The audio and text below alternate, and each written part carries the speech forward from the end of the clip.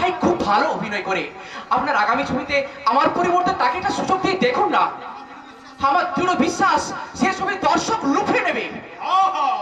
সে তো বুঝলাম, लेकिन बात হলো কি একদম নয়া শিল্পী আছে, পহচান যদি গড়বড় করিয়ে ফেলে। না, কোনো গন্ডগোল হবে না হরিশজি। আপনি একবার সুযোগ দিয়ে তো দেখুন, আমার ভাই আপনার সম্মান রাখবেই রাখবে। ঠিক আছে ঠিক আছে, কালো রুপিয়া সাদা করতে যখন আমি এই লাইনে আসলাম, তখন তোমারা মতন বিগ বসের কথা তো আমাকে জরুর মানতে হবে। लेकिन बात হলো কি, তোমাকে তো আমি আগেই বলেছি এই যুগটা হলো গিভ এন্ড টেকের যুগ, কুছ দাও আর কুছ নাও। আমি তোমার ভাইকে হিরো হবার চান্স করিয়ে দেবে, আর তার বদলে তুমি আমাকে দেবে একটা সুন্দরীকে। ওটা আমি তোমাকে আগেই বলিয়েছিলাম, কি মনে আছে সে কথা? হ্যাঁ মনে আছে হরিশজি, মনে আছে। আজ ওই ব্লু স্টার হোটেলে 14 নম্বর রুমে সেই ছুকরিটাকে আনার কথা ছিল, কি আনিয়েছো? হরিশজি, আমি জীবনে কোনোদিন অন্যায়ের সঙ্গে আপোষ করিনি, কিন্তু আজ প্রথমবার আমার নিজের ভাইয়ের কথা ভেবে সেই অন্যায়ের সঙ্গে আপোষ করতে আমি বাধ্য হয়েছি। আপনাকে খুশি করার জন্য আজ আমাকে অনেকটা নিচে নামতে হয়েছে। কি করেছো তুমি? আপনার জন্য মেয়ে খোঁজার জন্য আমাকে পৌঁছাতে হয়েছে না দালালের কাছে।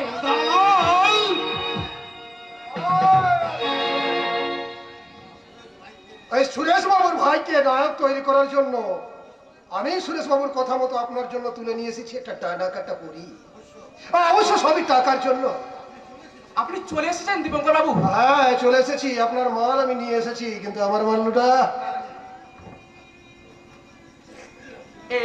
বলছিলাম কি দীপঙ্কর বাবু, কোনো গন্ডগোল হবে না তো? মানে মেয়েটাকে সব বুঝিয়ে টুঝিয়ে দিয়েছেন? হ্যাঁ হ্যাঁ আমি সব বুঝিয়ে দিয়েছি, আপনি নিশ্চিন্ত থাকুন। শুধু মুখের কথায় নয়, আমার হাতের চাবুক ওকে সব বুঝিয়ে দিয়েছে। लेकिन बात হলো কি, তাহলে তো দেরি করছেন কেন? বুলান বুলান আপনাদের টানাকাটা পুরীকে হবে আমি বুলান। বলেছি আপনার যে তর্স হয়েছে না, আরে ঠিক সময়ে আপনার জরুর চলিয়ে আসবে। হ্যাঁ হ্যাঁ, আরে এসো এসো ডার্লিং, এসো এসো এসো, কাছে এসো কাছে এসো। আরে এত ভয় পাবার কিছু নেই, বলেছি আপনার সুখ থেকে সামলা।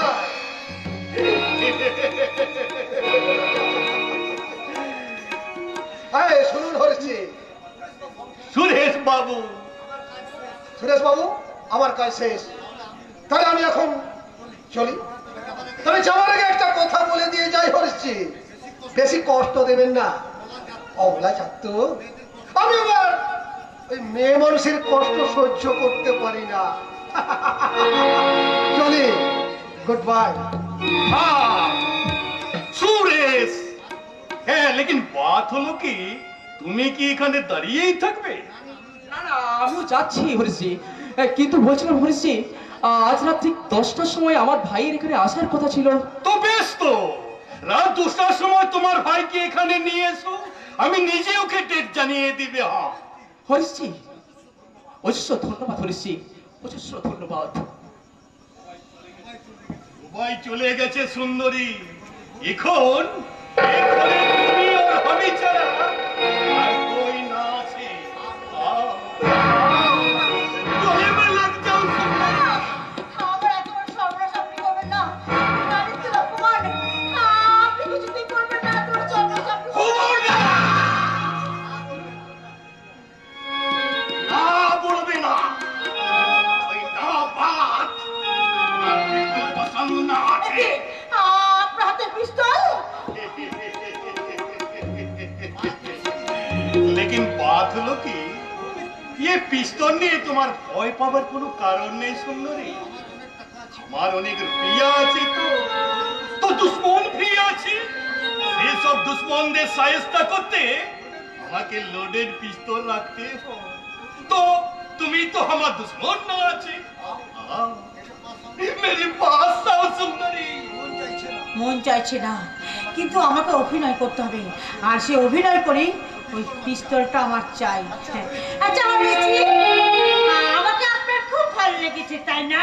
ভালো লাগিয়েছে কি বলছো সুন্দরী? তোমার লিয়ে তো আমি একদম দিওয়ানা বানিয়ে গেছি। হরিশজি, দিওয়ানা। তাহলে আমি তোমার কাছে একটা জিনিস চাই, তুমি আমাকে দেবে হরিশজি? हाँ जरूर देने जरूर देने। बस सुंदरी তুমি খালি বলো তোমার কি চাই? সোনা হীরা টাকা আরে বলো বলো। না না না, ওসব আমি কিচ্ছু চাই না হরিশজি, ওই পিস্তলটা চাই। পিস্তল? হ্যাঁ, তুমি আমাকে দেবে হরিশজি? लेकिन बात হলো কি ये পিস্তল নিয়ে তুমি কি করবে সুন্দরী? একটা জন্তু শিকার করবো।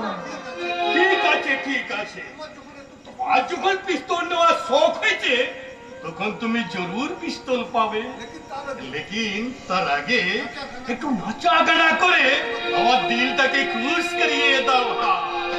আমি শুনেছি কি তুমি ভালো নাচা গানা করতে পারো। পারবো পারবো হরিশজি, পারবো। তুমি যখন আমাকে কথা দিচ্ছ তখন আমিও চেষ্টা করবো। লাইলা লাইলা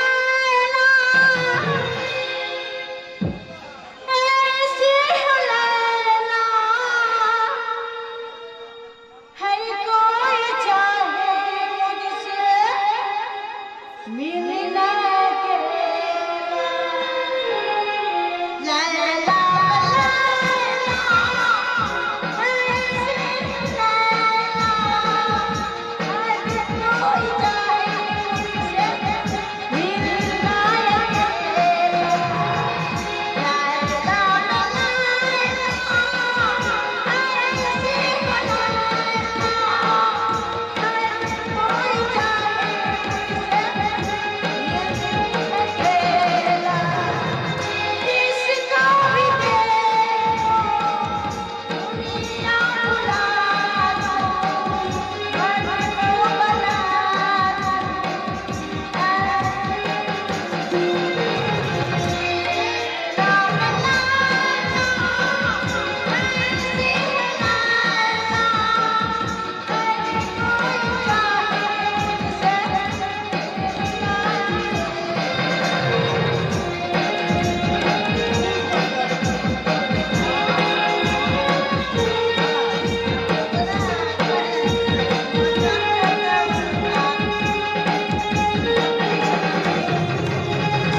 मुझे देख के प्यार का ना देखे किसी का, मेरे वास्ते जो मिटा दे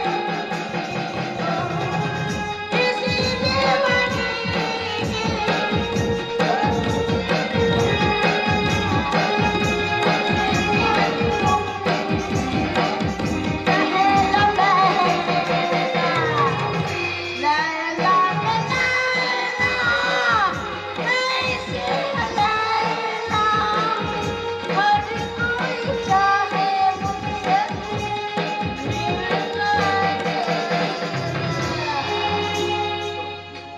সুরেশ দা এ কি বলছো তুমি? হ্যাঁ ঠিকই বলছি রাজা, শেষমেশ ওই মেয়েটাকে ভেট দিয়ে তবে আমি রাজি করিয়েছি।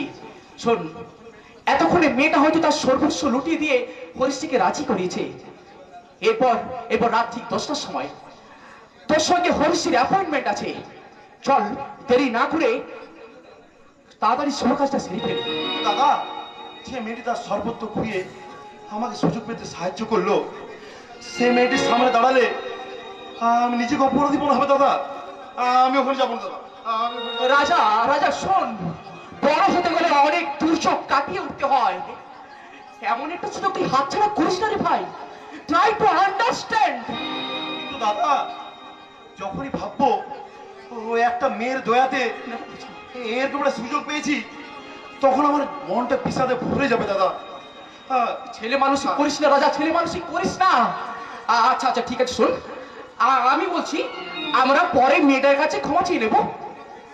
প্রথমে মেয়েটা পেটের জ্বালা এইসব কাজ করতে বাধ্য হয়েছে, আমরা ওকে নতুন করে বাঁচার সুযোগ দেব। কি এবার তুই খুশি তো? ঠিক আছে দাদা।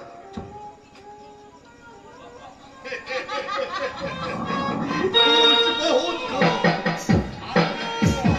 आज অনেক দিন পর আমার দিলকে একদম ভরিয়ে গেল সুন্দরী। সত্যি তুমি জাদু জানে। তাতে আমার মন চাইছে তোমাকে আর কিছু দিতে। শুধু পিস্তল কেন, তোমার যদি আর কিছু চাওয়ার থাকে তুমি চাইতে পারো। আমাকে আমাকে একটুখানি বিষ এনে দিতে বলা হয়েছে। হ্যাঁ, বিষ।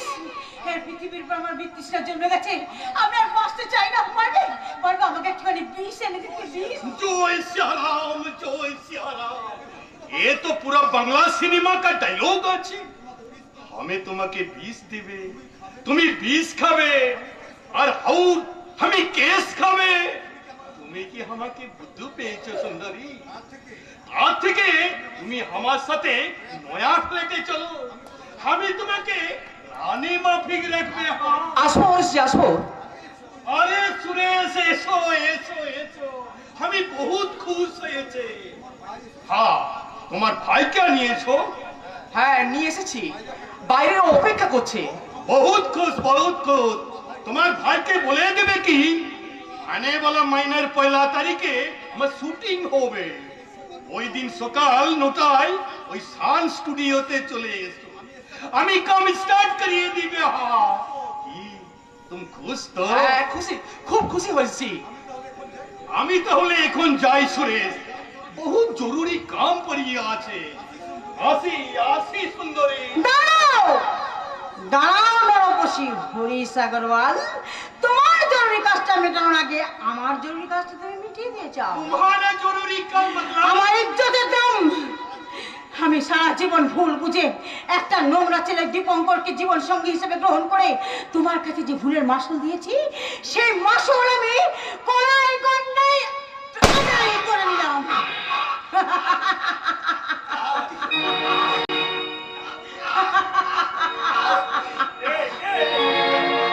চিৎকার করছে কে? কিসের এত গুলির আওয়াজ? এক ইজ্জতহারা নারীর গভীর দীর্ঘশ্বাস থেকে।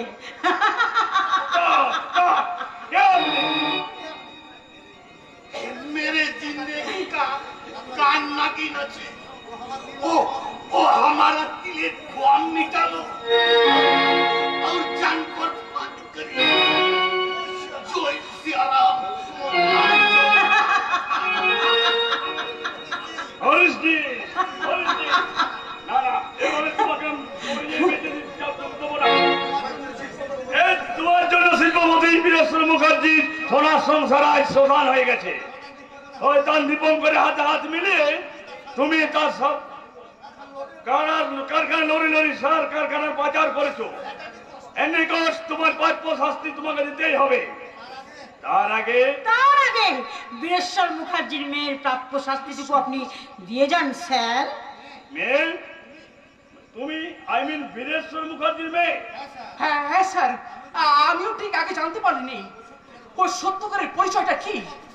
শুধুমাত্র দীপঙ্কর বাবুর শয়তানির জন্য। শয়তান শয়তান, ওই দীপঙ্কর মতো শয়তানরা এই দেশটাই ভরে গেছে। সুজলা সফল ভারতবর্ষ টাকায় ওদের জন্য জীবন্ত নরক হয়ে গেছে। ওই দীপঙ্কর বাবুই হরিসাগরের ভাবে শাস্তি আগে মিটিয়ে দিতে হবে।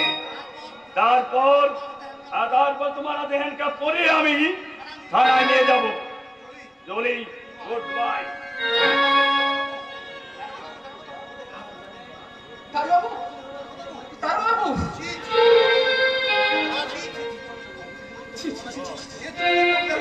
তুমি কি করলে? আপনি আমাকে বোন বলে ডাকবেন না। আমার মতো মেয়ে যদি আপনার বোন হতো, বোন ভাবতেন, তবে পারতেন ওদের হাতে আমার ইজ্জতকে আপনি এইভাবে বিক্রি করে দিতে। কারোর ইজ্জতের বিনিময়ে আমার জীবনে প্রতিষ্ঠা চাই না। কে?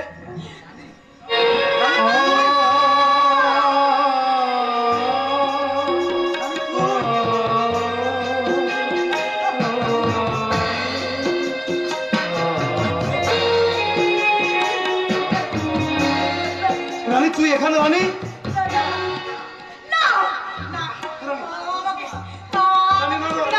আমাকে ছবি না দাদা, আমার ছবি না। আমার সারা শরীর কলঙ্কিত হয়ে গেছে। এই কলঙ্কিত মুখ নিয়ে আমার বুঝতে কোনো অধিকার নাই। তাই তোদের পবিত্র মন থেকে আমি সরে যাওয়ার জন্য এই পিস্তল আমি আমার নিজের হাতে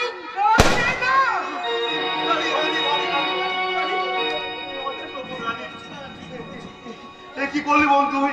কি করলি বোন? কি করেছি দাদা, কি করেছি দাদা? আমি যে নষ্ট হয়ে গেছি দাদা। আমার এই শরীর নিয়ে আমি তো বাবার কাছে দাঁড়াতে পারবো না দাদা। সারা জীবন আমাকে দিয়ে দীপঙ্কর অনেক নোংরা কাজ করিয়েছে। তাই ছোট বোন হিসেবে তোর কাছে আমার একটা অনুরোধ দাদা, শেষ অনুরোধ, তুই দীপঙ্করের চক্রান্ত থেকে বাবাকে উদ্ধার কর। যদি পারিস তাহলে আমার বাবার পাশে থাকিস, বাবাকে একটু দেখিস। বাবার যে এখন ভীষণ বিপদ দাদা। তুই বাবার কাছে ফিরে যা, তুই বাবার কাছে ফিরে যা দাদা। বাবার কাছে রানী কথা বল, রানী কথা বল। জানিস আমি আমার মাকে ফিরে পেয়েছি রানী। জানিস রানী, আমার মাকে খবর দিয়ে এসেছি, তোর বৌদিকে কথা দিয়ে এসেছি। তোর বউ হসপিটালে গিয়ে তোকে সুস্থ করে তোর কাছে নিয়ে যাবো রানী। রানী কথা বললো রানী। রানী কথা বলছিস না কেন? রানী কথা বল না। ও আর কথা বলবে না রাজা, ও মারা গেছে। না, হতে পারে না। ওরে আমার আদরের সোনা বোন, আমার ছোট্ট বোন, তুই কি করলি রানী? কথা বল রানী, তুই কথা বল রানী, কথা তোকে বলতেই হবে রানী, কথা বল রানী।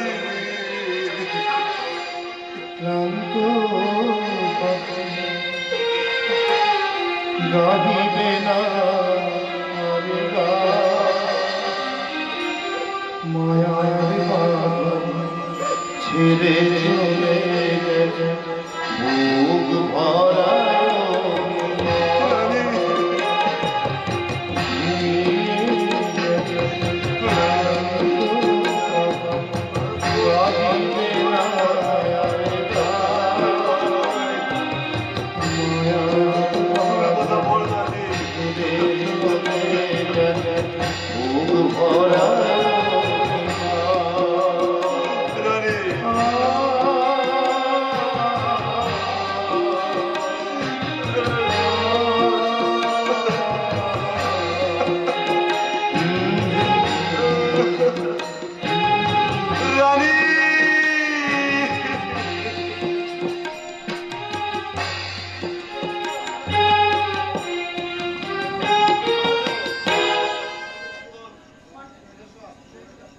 অনেক রাত হয়ে গেছে মা, আপনার ছেলের হয়তো ফিরতে দেরি হবে। চলুন মা, আপনি খেয়ে নেবেন। চলুন। তা কি হয় মা? এতদিন পর যখন ছেলেকে কাছে পেয়েছি তখন ছেলেকে না খাইয়ে মা কি কখনো খেতে পারে? কিন্তু তাছাড়া আমার মনের খিদে পেটের খিদেকে একদম প্ল্যান করে দিয়েছে। কিন্তু অবনী মঙ্গল এরা সব গেল কোথায়? ওই মুখার্জি পরিবারের মরাটাকে এক সুতোয় গাঁথার জন্য রাতের অন্ধকারে মুখার্জি বাড়ির বাগান থেকে চুরি করে এনেছি মালার আসল সুতোয় স্যারকে। কি বলছো মঙ্গল? কই? ও এসে গেছে। ওগো তুমি এসে গেছো? মঙ্গল, চাঁদের চেয়ে সূর্য অনেক বড়, তবু সূর্য চাঁদকে আলো দেয়। ওগো তোমার কথাগুলো শুনতে আজ আমার ভীষণ ভালো লাগছে। আর সেই সঙ্গে বলতে ইচ্ছে করছে, বাসবো ভালো, রাখবো মনে, এই জীবন হাসে গানে, তাই মনে হয় আজ তোমাকে রানীকে আনতে যাবে না কাকা? রাজা, আমি নিয়ে এসেছি রানীকে। কাকে নিয়ে এসেছিস? আমার রানী ওইভাবে শুয়ে আছে কেন? কি হয়েছে রানীর? এই রানীমা, কথা বল। এই রাজা, আমার রানী কথা বলছে না কেন? তোর কি রানীর কিছু হয়েছে? কথা রাজা, তুই যাওয়ার সময় বলে গেলি মা তোমার জন্য আমি ভালো খবর আনতে যাচ্ছি। এই বুঝি তোর ভালো খবর? ওই ও রাজা, তুই আজকে বলে গেলি রাজা, আমি রানীর কি খবর আছে? বলো না। রানী মারা গেছে।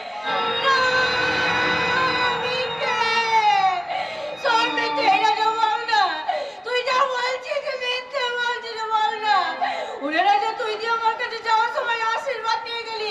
এই বুঝি তোর আশীর্বাদ।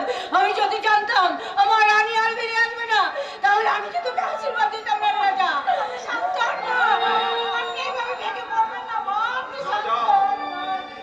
রানীর ওই ঠান্ডা দেহটা এই বীরস্বর মুখার্জির রক্তটাকে গরম করে দিয়েছে। ওই দীপঙ্করের তৈরি করা রণক্ষেত্রে আমি বুঝিয়ে নেব।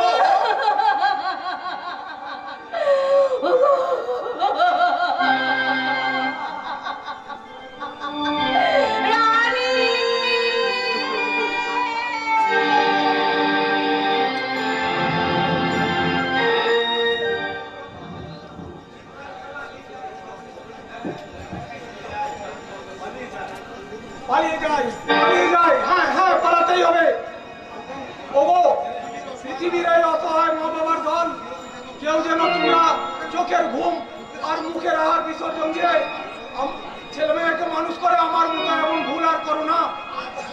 আজ কতদিন ধরে পেট ভরে খেতে দেয়নি, শান্তিতে ঘুমোতে দেয়নি, একটা ছোট্ট চোরা কুঠুরিতে আটকে রেখে আমাকে চাবুকের পর চাবুক মেরেছে। আমি ভুল করেছি। দীপঙ্কর, না না, ভয় করছো কেন? ছেলে হয়ে আমি যদি কোনো ভুল করেই থাকি, বাবা হয়ে আমার সেই ভুল সংশোধন করার সুযোগটুকু তুমি দেবে না বাবা? নিশ্চয়ই যাবো, কিন্তু সত্য করে বলতো বাবা, কেন তুমি এমনি করে আমাকে চাবুকের পর চাবুক মেরেছো? ওটাই তো আমার জীবনের সবচেয়ে চরম ভুল বাবা। আর সেই ভুলের প্রায়শ্চিত্ত করতে কি করতে চাস তুই? তোমাকে আমি মেরে ফেলতে চাই। দীপঙ্কর, চপ, তোমাকে মই হিসাবে ব্যবহার করে আমি আমার সৌভাগ্যের সিংহদরজায় পৌঁছে গেছি। তাই আজ ছেলের কাছ থেকে বাবার একমাত্র পাওনা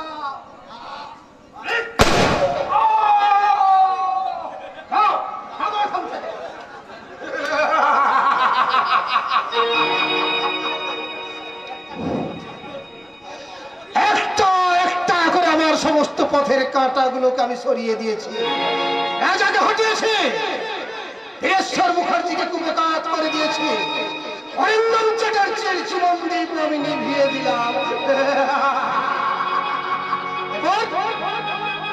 এরপর আমার পথের কাঁটায় খেয়ে মানে সুরেশ কুমার। ঠিকই বলেছো ওস্তাদ, ওই সুরেশ কুমারই হলো তোমার পথের কাঁটা, কারণ ও বীরেশ্বর মুখার্জির ছেলে। কি বললি তুই? এ কথা নাকি সত্য? হ্যাঁ ওস্তাদ, এই মন্টু কখনো মিথ্যা কথা বলে না।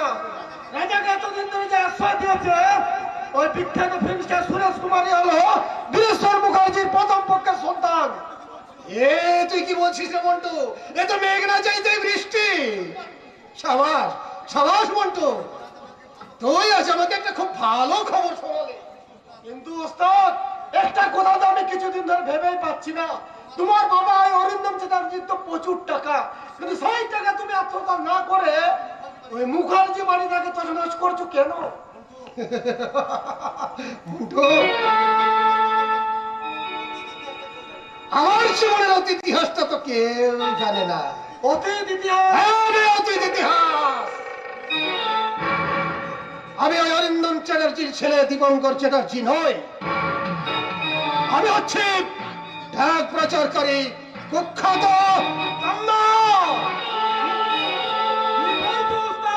কি বলছি না? ঠিকই বলছি। আমার আসল নাম চন্দন মিশ্র। ওই অরিন্দম চ্যাটার্জির ছেলে ও দীপঙ্কর চ্যাটার্জি পড়াশোনা করতো দিল্লিতে, আর আমি তখন ডাক পাচারকারী দলের সঙ্গে জড়িয়ে পড়েছিলাম। সে কি, তাহলে তোমার বাবা বাবা আমার জন্মের পূর্বে মারা যায়। আর মা? আমার মা ঝিয়ের কাজ করতো এই মুখার্জি বাড়িতে। আমি তখন খুব ছোট, আমি মাত্র 10টা টাকা চুরি করেছিলাম। সেই অপরাধে বীরেশ্বর মুখার্জি আমাকে এবং আমার মাকে অপমান করে ঘাড় ধাক্কা দিয়ে বাড়ি থেকে বার করে দেয়। তারপর আমি মিশে গেলাম অন্ধকার জগতে। প্রথমে শুরু হলো প্যাকেট মার, তারপর ব্যাগ ডাকাতি, তারপর ডাক পাচারকারী দলের সঙ্গে ডাক পাচার করতে গিয়ে দিল্লিতে একটা কর্তব্যরত পুলিশ অফিসারকে আমি মার্ডার করে দিই। আর ঠিক সেই রাত্রে পুলিশ আমাকে তাড়া করতে থাকে। আমি ছুটছি ছুটছি ছুটছি ছুটতে আমি একটা প্রাচীর টপকে ওই ইঞ্জিনিয়ারিং কলেজের গেটের মধ্যে ঢুকে পড়ি। তারপর তারপর আরো চলতে দেখতে পাই আমি যার ঘরে ঢুকেছি সেই ছেলেটা আমার মতো দেখতে। আর হঠাৎ করে আমার মাথার মধ্যে বদ বুদ্ধি খেলে গেল। আমি সেই রাত্রে সেই ছেলেটাকে খুন করলাম। তারপর তার ডায়েরিটা খুলে দেখলাম তার নাম দীপঙ্কর চ্যাটার্জি, অরিন্দম চ্যাটার্জির ছেলে। তাই দীপঙ্কর চ্যাটার্জির ছদ্মনামে আমি দিল্লি থেকে চলে এলাম ওই অরিন্দম চ্যাটার্জি। তুমি তো পুরো হিন্দি সিনেমার গল্প শুনালে, তুমি তো সারা দেখছি একটা বিষাক্ত মাল। কিন্তু গুরু, মোদী আত্মহত্যার খবর পেয়ে রাজা সুরেশ আর বীরেশ্বর বাবু তো এখানেই ছুটে আসবে। এখন কি করবে? আরে আমার সমস্ত প্ল্যান প্রোগ্রাম তৈরি হয়ে গেছে। আমি আমার লোকজনকে পাঠিয়েছি ওই কাবেরীকে তুলে আনতে। কিন্তু মন্টু, একটা কথা আমি বুঝতে পারছি না, ওই সুরেশ কুমার যে বীরেশ্বর মুখার্জির ছেলে, এ কথাটা তুই জানলি কি করে? তোমার সঙ্গে থাকতে থাকে না আমারও মাথার মধ্যে একটু একটু করে কুবুদ্ধি গুলো খুলে গেছে। তাই তো সেদিন বীরেশ্বর মুখার্জিকে নিয়ে যেতে যখন এই বাড়িতে অবনী আর মঙ্গল এসেছিল, আর আমি ওদের নিজেদের মধ্যে আলোচনা করছিল, আমি আড়াল থেকে ওদের সব কথা শুনে নিয়েছি। ভালো করেছিস বন্ধু, ভালো করেছিস। এলে তোর কাজের বকশিস।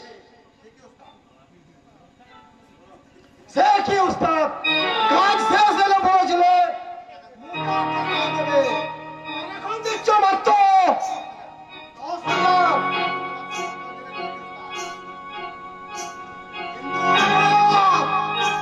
আমি তোমার সব কথা জেনে ফেলেছি। 50% না দিলে এই মন্টু কিন্তু পুলিশের ভুলে যাস না আমি শালা যা তাহারাম। এই তোর মতো একটা পিঁপড়েকে পিষে মারতে আমার 1 সেকেন্ডও সময় লাগবে না। এবারের মতো মাফ করে দাও।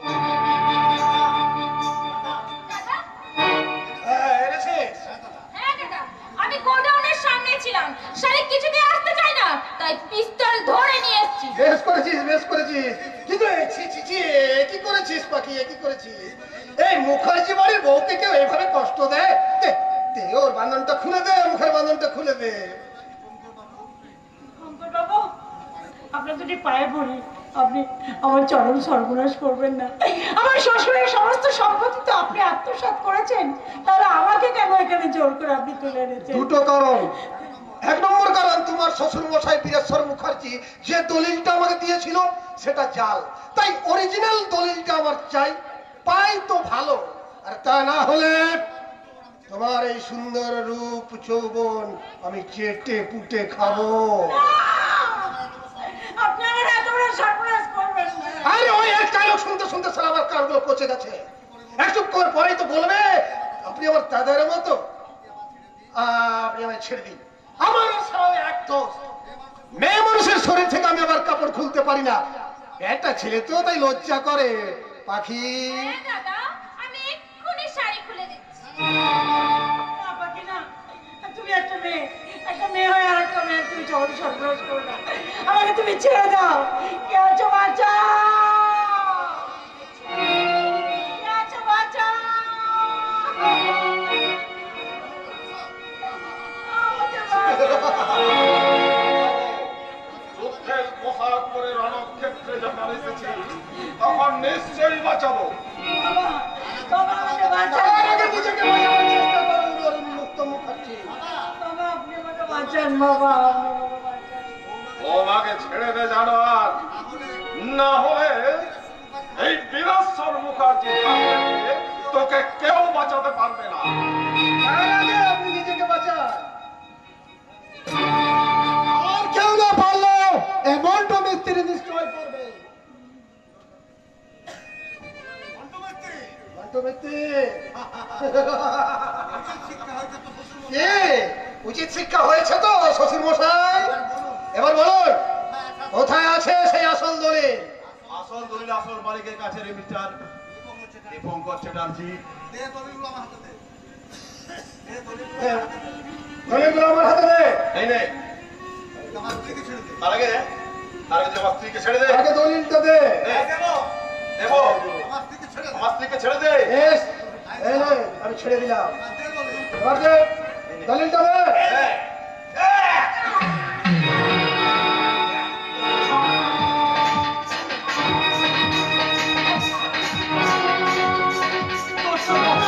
তোর জন্য আমি আমার বাবা মায়ের আদর থেকে বঞ্চিত হয়েছি, তোর জন্য আমি হারিয়েছি আমার বোনকে।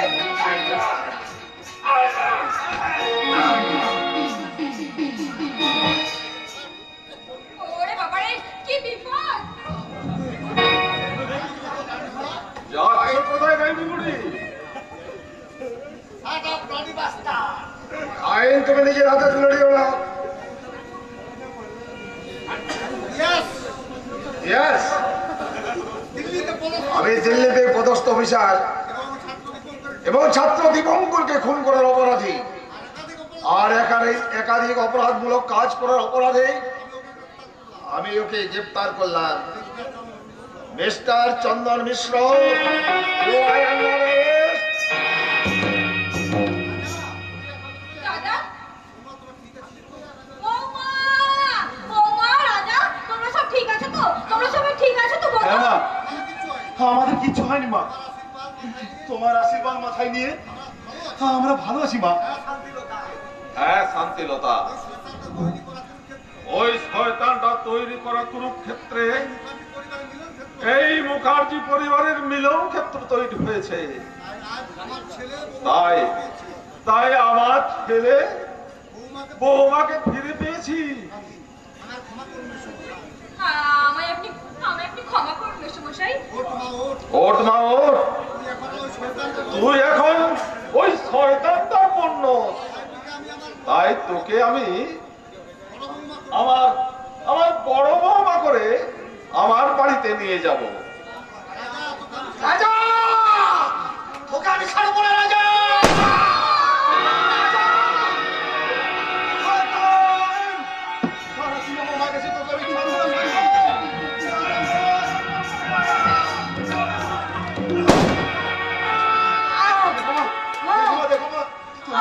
কেড়ে নিয়েছে মা, আমি তাকে শাস্তি দিয়েছি মা, আমি শাস্তি দিয়েছি মা। ও রাজা, সুরেশ, বড় বৌমা, ছোট বৌমা, তোমরা সবাই কোথায়? এসো, তোমরা আমার পাশে এসো। ওরে ও কাবেরী, আমার পাশে এসে বস। বাবা তুমি কোথায়?